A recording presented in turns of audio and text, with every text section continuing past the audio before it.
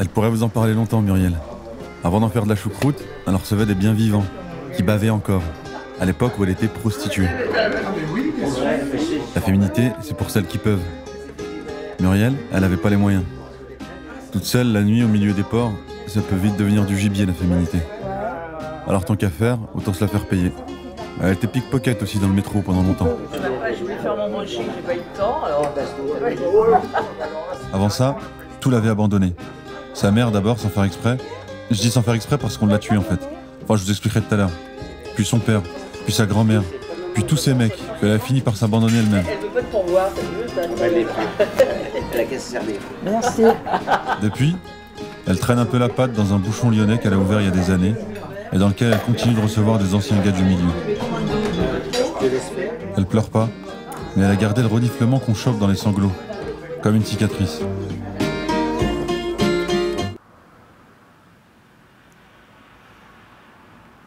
Il y en a, ils disent, je suis un exemple de résilience. Je ne sais même pas ce que ça veut dire. C'est s'adapter, un truc comme ça.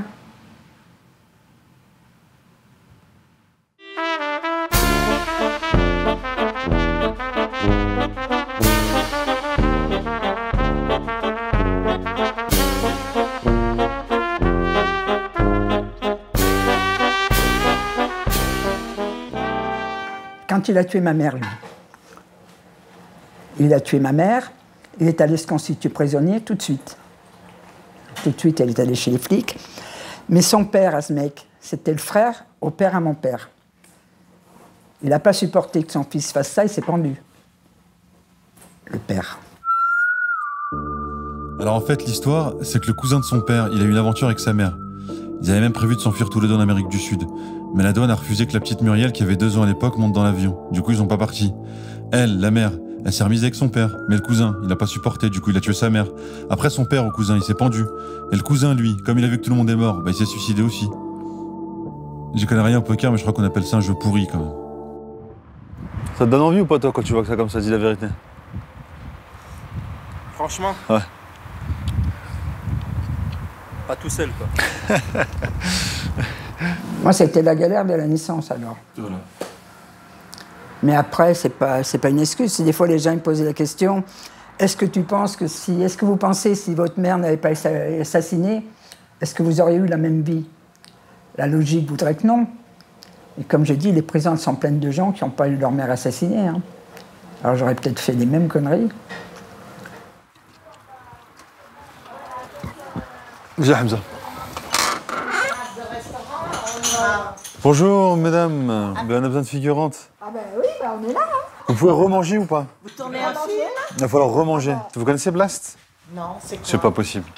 C'est quoi? C'est Mediapart, mais en mieux. Vous êtes de droite ou de gauche, vous? Du sang. C'est ça. Ah, ça c'est ce qu'on dit quand on n'ose pas dire qu'on est de droite, évidemment.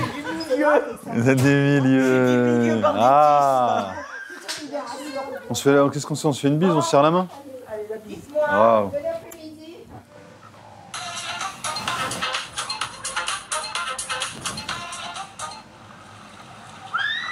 Toute petite, quand j'allais faire les courses avec ma grand-mère, que j'étais en ville, n'importe où j'étais, j'entendais toujours les gens dire devant moi, mais oui, tu sais, c'est la petite que sa mère a été assassinée et tout. Et j'ai toujours, encore maintenant, j'ai horreur d'aller dans cette ville parce que j'ai toujours l'impression d'entendre ça, que nous, on n'existe que pour ça, tu vois. Non, Henri, je n'appelle pas parce que Donc. après,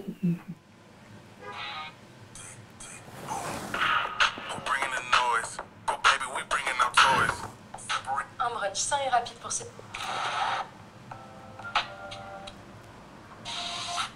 Pourquoi tu continues de payer ton... Céline Dion a fait une apparition. Quand on était petit, à la fin de l'année, je travaillais super bien à l'école. Il y avait la remise des prix, tu sais, tu filais des bouquins et tout. Ben moi, j'y allais toute seule. Et après, quand je fais ma communion, ben, j'étais là faire toute seule. Ils ne s'occupaient pas de moi.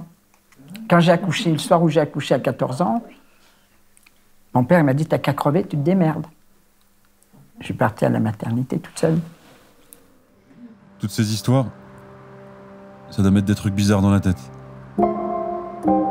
Peut-être pour ça qu'elle est tout le temps sur son téléphone. Faut pas lui retirer son téléphone. Muriel. Elle est sur assistance d'idées artificielles. Elle remplace le fil de ses pensées et de ses souvenirs par le fil des vidéos qu'elle trouve sur les réseaux. Surtout pas lui retirer son téléphone. Sinon, elle va se retourner. Elle va regarder les voitures. Et quand elle va regarder les voitures, bah, elle va pas voir des voitures. Tu te rends compte, c'est ville morte, il n'y a pas de voiture qui passe. Je dis pas qu'elle est bigleux. Je dis qu'on regarde pas toujours ce que nos yeux nous montrent. D'habitude, il y a plus de circulation. Des fois, on pose nos yeux sur un truc et qu'on voit complètement autre chose. Muriel, elle avait pas la tête de quelqu'un qui regardait des voitures quand elle regardait les voitures. Et filme le silence.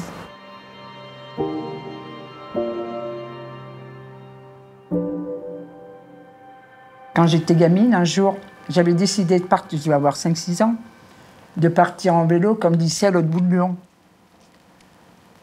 Et il y avait une sœur à ma grand-mère qui était là ce jour-là. Je me rappelle la scène comme si c'était hier. Elle dit, mais vous êtes folle, vous n'allez pas la laisser partir en vélo comme ça, toute seule. Et la grand-mère, elle dit, si elle veut partir. Elles se sont disputées méchamment. Et d'un coup, la sœur, elle a dit à ma grand-mère, laissez-la faire ce qu'elle veut, elle finira putain comme sa mère. Ma grand-mère a été déportée, elle a eu toutes les médailles. La Légion d'honneur, la Croix de guerre. Comment elle a fait en fait? Qu'est-ce qu'elle a fait? Je te dis, elle travaillait au service du STO, elle a empêché 11 000 personnes de partir en Allemagne. Ça te rend fier, toi, d'avoir su ça de ta grand-mère quand même ou pas? Tu parlais d'être honorable tout à l'heure par rapport à non, mais tes si enfants. c'était pas ma grand-mère, oui. Elle s'est jamais occupée de moi, elle est un truc qui va pas rond. Avec ce qu'elle a fait, les enfants et les petits-enfants de la Légion d'honneur, elle aurait pu m'envoyer, j'aurais pu aller à l'école de la Légion d'honneur à Paris, être pris en charge par eux, ça aurait changé ma vie. Mais ils s'en sont jamais occupés. Ils ont préféré me laisser traîner.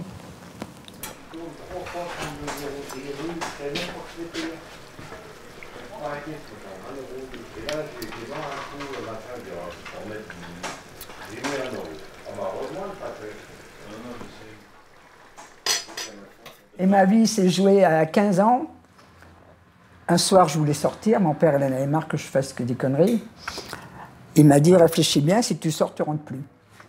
Ouais. Et je pense que ce soir-là, il aurait pu m'empêcher de sortir. J'ai dit, ben, je sors. Et le matin, je suis revenu, il y avait les valises devant la porte. J'aurais pu taper à la porte, essayer de m'excuser pour rentrer. Et pas du tout, j'ai pris les valises et je me suis arraché, voilà. Quand je suis arrivé à Paris, c'était en 70, j'ai débarqué rue de la Huchette. J'ai rencontré des gens aussi paumés que moi. Et on a commencé à zoner. J'ai connu à dormir dehors, faire la manche et tout. Et après, en traînant dans le métro, j'ai rencontré des gens qui faisaient des pickpockets. Elle dit, tiens, c'est pas con ça. Et en avant, on commençait à voler, à se défoncer, à faire que des conneries. Au premier temps de la valse,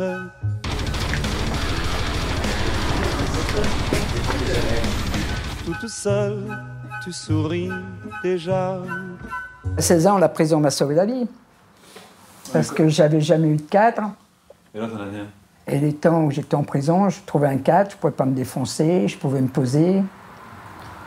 Et quand tu ressortais, t'en refaisais? Ben, je recommençais le jour même. Jusqu'à 20. Combien de fois tu retournes en prison? 10 fois? Oh, je sais pas combien de fois, j'ai fait 8 ans en tout. À chaque fois, tu tombes parce que tu voles? Bah oui.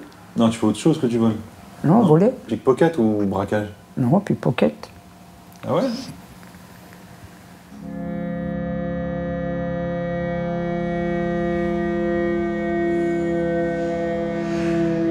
Muriel, mais j'ai attendu 86 ans pour boire des pastilles, je n'en buvais jamais.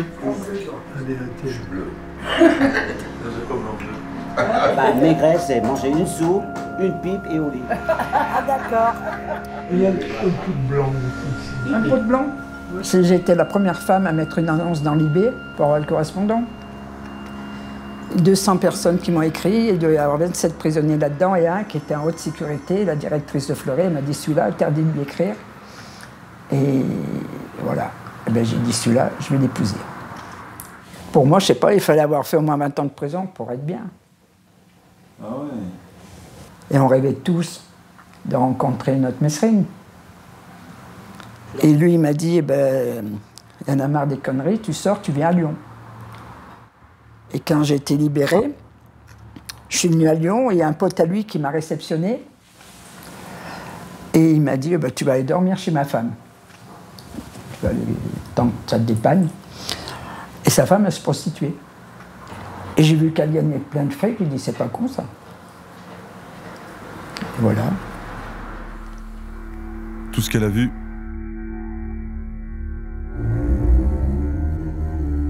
elle en a l'œil gauche qu'on peut plus. Elle en a l'œil gauche qui a presque fermé.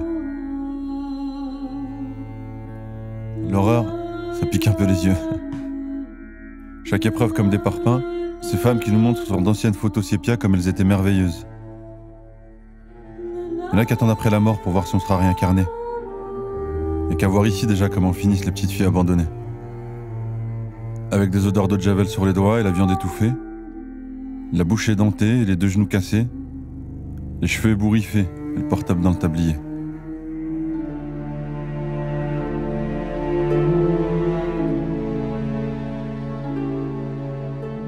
Je faisais pas malhonnête, hein. Pas du tout. Franchement, on aurait pu sortir ensemble à l'époque, Muriel. Attends, j'en ai une autre. Quelle année ça? Là, Ouais. je dois avoir 30 et quelques. Ah ouais, putain, tu fais vachement jeune. Et attends, mais c'est quoi comme? C'est de la fourrure ça? Non? C'est de la fausse? Non, c'est de la fourrure.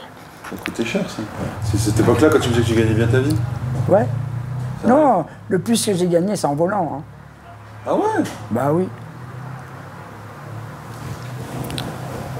En volant, tu fais plus d'argent qu'en travaillant dans... Ah, je pense que oui. Mais comment t'as fait dans ce milieu-là? Normalement, tu survis pas, tu te fais écraser. Moi, je suis arrivé avec tuer. je suis pas arrivé avec le même parcours que les autres. C'est-à-dire? Vu les gens que je connaissais, les années de prison et tout, Là, t'avais on m'a jamais demandé un centime. Hein. Et tu sais pourquoi t'as arrêté hein, aujourd'hui? C'est sincèrement, je te pose la question. Mais parce que j'avais pas, je t'ai dit, j'avais plus l'âge de courir, plus là tout à mettre en évidence. Je me faisais vieille, il faut le bien. C'est vraiment pour ça, sérieux? Mais un jour, il faut s'arrêter. J'allais pas tapiner jusqu'à 100 piges, non. T'es vraiment passé de la prostitution direct au bouchon? Ouais. Ah. Quand on rentre sur le marché de l'emploi à 48 ans avec un CV vierge et pas de qualif, ça limite, hein, qu'est-ce que tu veux faire? J'aimais bien faire à manger, je dis, ben, je vais essayer. Et en plus, je sortais avec un mec à l'époque. Tous les jours, j'avais 5-6 mecs qui venaient à la maison. L'inviter les potes en avant. Et un jour, je dis, j'en ai marre de les nourrir à l'œil. J'ai dit, autant que j'ouvre un resto.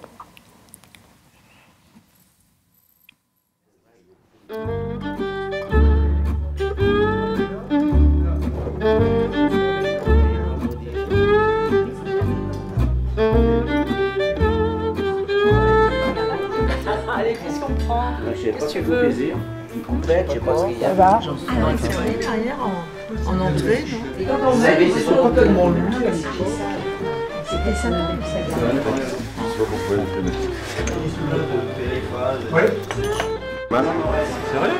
Toi, tu l'as connu à cette époque?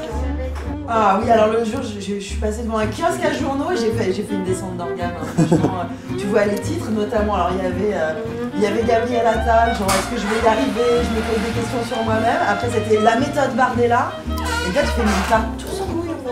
Vous avez jamais vu des bars comme ça, hein, où les gens ils font leur café, ils se débrouillent. Il y avait à Lyon, sur les pentes de la Croix-Rousse, un bar, mais j'ai pas tout le canon. Je crois que c'est les gens... Là, c'est comme si j'avais un grand-mère, en fait. Enfin, pas une grand-mère, quoi. Qui n'existe plus. C'est ça en fait l'ambiance.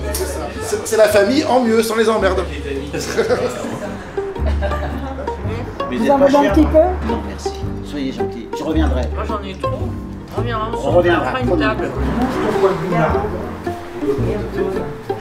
Oh, merci. Oula, mais c'est trop beau. Ça que tu as. On se fait la photo?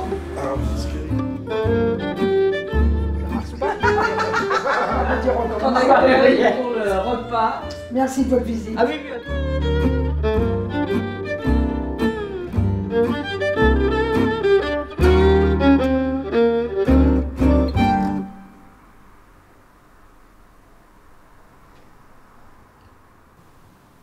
C'est un miracle quand même que tu sois ici dans un bouchon lyonnais après tout ce qui s'est passé.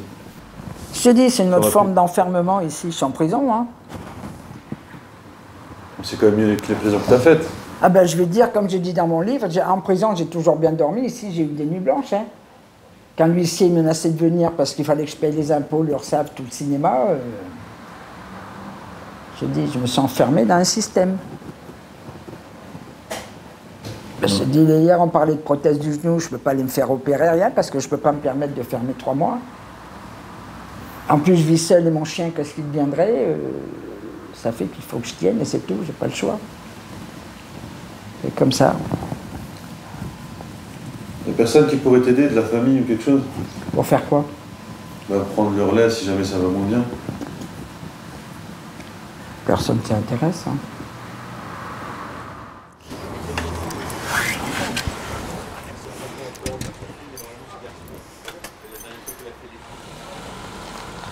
Filme pas mon vieux taco quand même.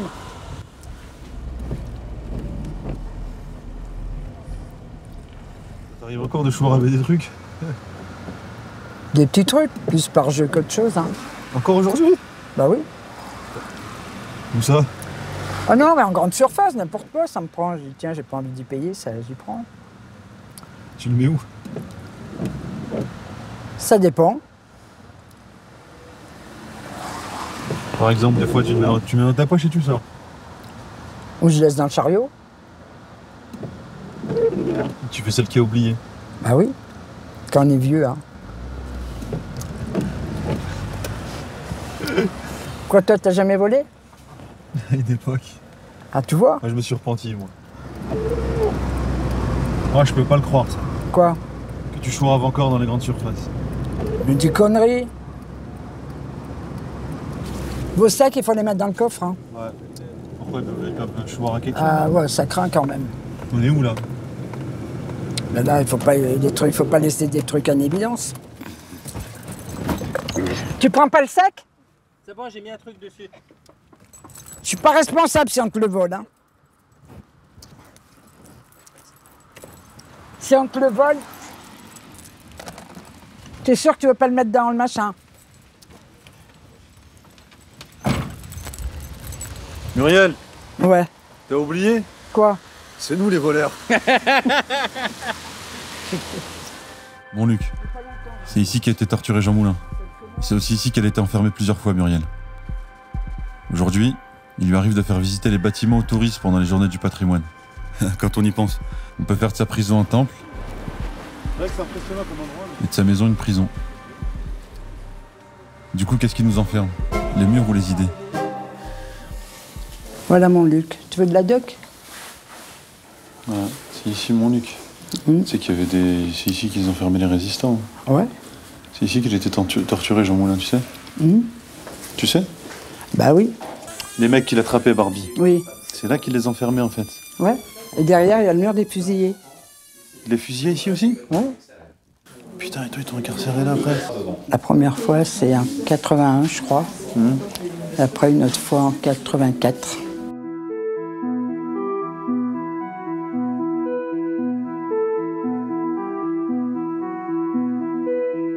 Bah, même quand j'ai mangé des fourchettes, tout, je suis passé près plusieurs fois. Hein.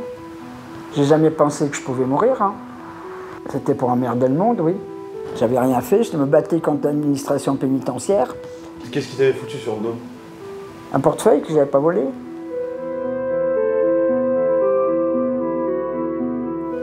Ouais, en premier, j'avais mangé 20 épingles à cheveux. Je sais pas, un jour, je dis tiens, fourchette, j'ai mangé la petite cuillère, le couteau, tout ce que je m'est tombé sous la main. Ils m'ont emmené à l'hosto, ils m'ont opéré, ils l'ont enlevé.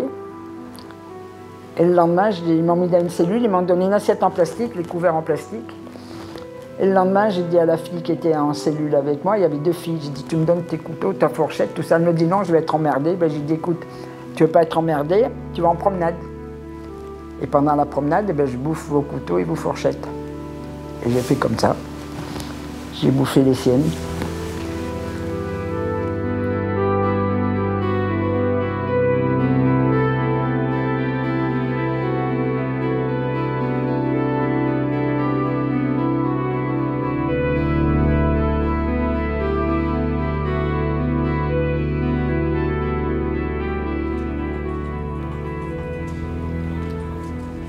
je me vois plus avec un mec. Hein. Sérieux? Absolument. Surtout quand tu prends l'habitude d'être seul. Je suis chez moi, j'ai envie de voir la télé à 3 h du matin, je fais comme je veux. T'es avec un mec, t'as des contraintes et tout, après, non. On est mieux seul, Muriel. Ah ouais. Tu sais quand c'était le plus que j'ai souffert de la solitude? C'est le soir, je me voyais avec mon plateau repas devant la télé, le chien à côté, je me disais, ma vieille, t'es comme ça jusqu'à la fin de tes jours. J'ai eu un moment, je t'assure, je serais sortie dans la rue, ramasser un clochard, lui dire, viens manger chez moi. Tu manges et tu te casses, mais pour pas être seul à ce moment-là. C'est ça le plus dur. On attend toujours que tout soit livré dans des mots. Muriel, quand elle vous regarde des fois, on dirait que tout ce qu'elle retient veut lui sortir par les yeux. Non, et après... Est-ce qu'on s'est écouté? Est-ce qu'on a quelque chose à faire même?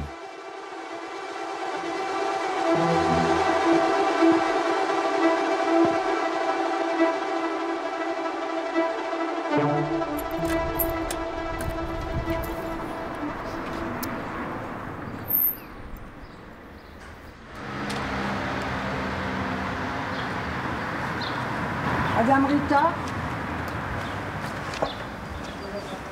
Tu la connais depuis longtemps, toi? Depuis que j'ai ouvert. Quand on faisait les travaux, on allait y manger avec ma cousine qui était venue m'aider pour bosser ici. C'est le seul bouchon du quartier, hein, du coin même. C'est mort notre quartier. Hein. C'est fermé le soir souvent. C'est vrai que j'ai supprimé le bar puis que je me suis fait voler 2-3 fois. Oui, c'est ça. C'est galère quand on est toute seule aussi, tu vois. Bonjour. Bonjour. Ça sent bon, là. Merci. En fait, j'étais pas venu pour vous, je pense que j'étais venu pour la carte de la dame. Ah, Mumu? J'ai pas de carte. Ça tombe bien. Moi, j'ai pas de tête. Et quand je vais avoir des amis qui viennent à Lyon, pour faire genre Je connais Lyon.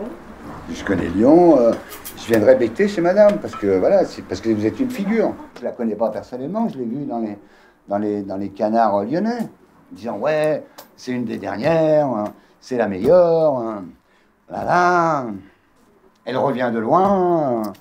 C'est surtout ça qui interpelle. Hein. Bah c'est la vie, quoi, c'est la vie. Ah bah, je l'assume totalement. Hein. Mais j'espère bien. Bah attendez, et puis je serai toujours là pour donner un coup de baladeuse. Mais enfin, moi j'ai pas de calibre, j'ai de trucs, mais j'ai juste les mains et le cœur, madame, que je mets au pied. Oh là là. Ça, hein, ça c'est espagnol et puis le côté italien. Et elle vous voit bien, madame. Je reviendrai. Ah ouais. J'ai 63 ans. C'est pas possible. Moi je vous crois pas. De quoi? Que j'ai 63 ans? Ah non, c'est pas possible. Ah, je vous fais voir ma carte d'identité. Ah non, parce que moi je suis trop respectueux de tout ça. Non, mais en tous les cas, vous les faites pas.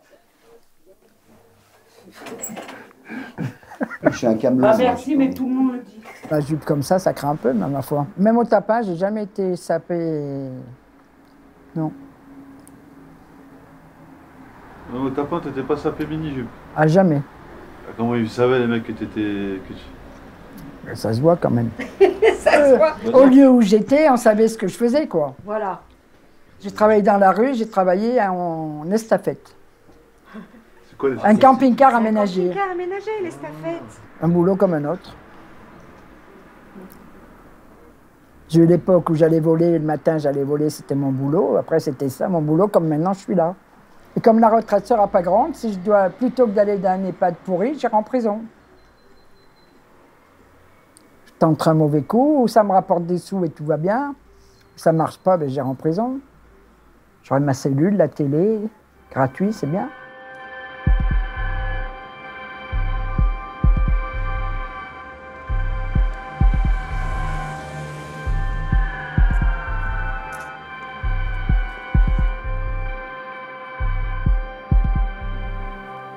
Tu dis tes petits-enfants, t'en as combien? 7.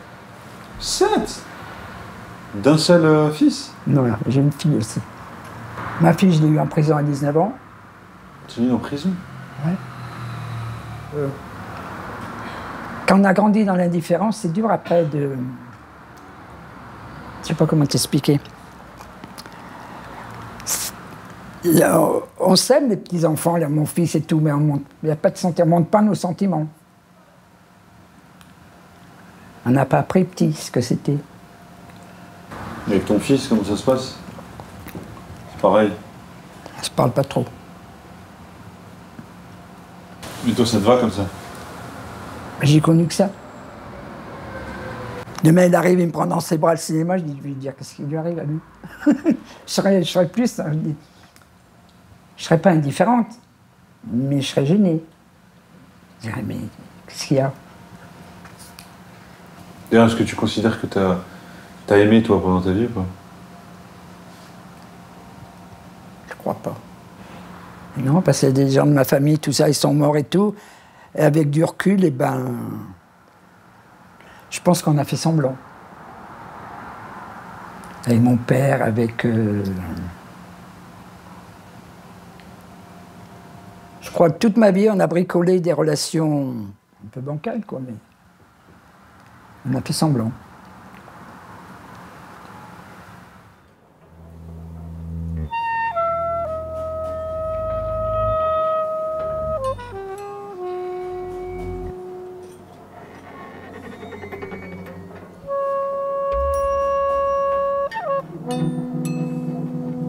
De toute façon, si tu lis mon livre, je ne suis pas dans l'armoyant, je ne suis pas dans le repenti, j'accuse personne, voilà, ma vie, c'est ça, c'est tout.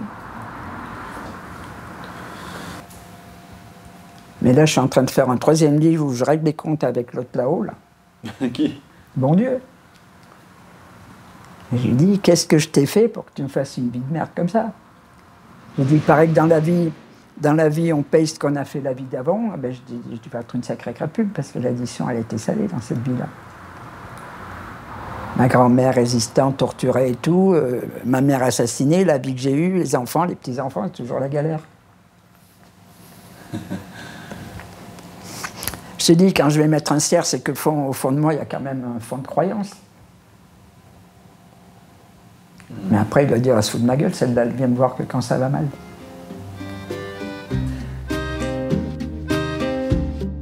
Un corps usé et un cœur pourquoi? Elle le rendra tout neuf, son cœur. Elle a presque pas servi. La Vierge Muriel.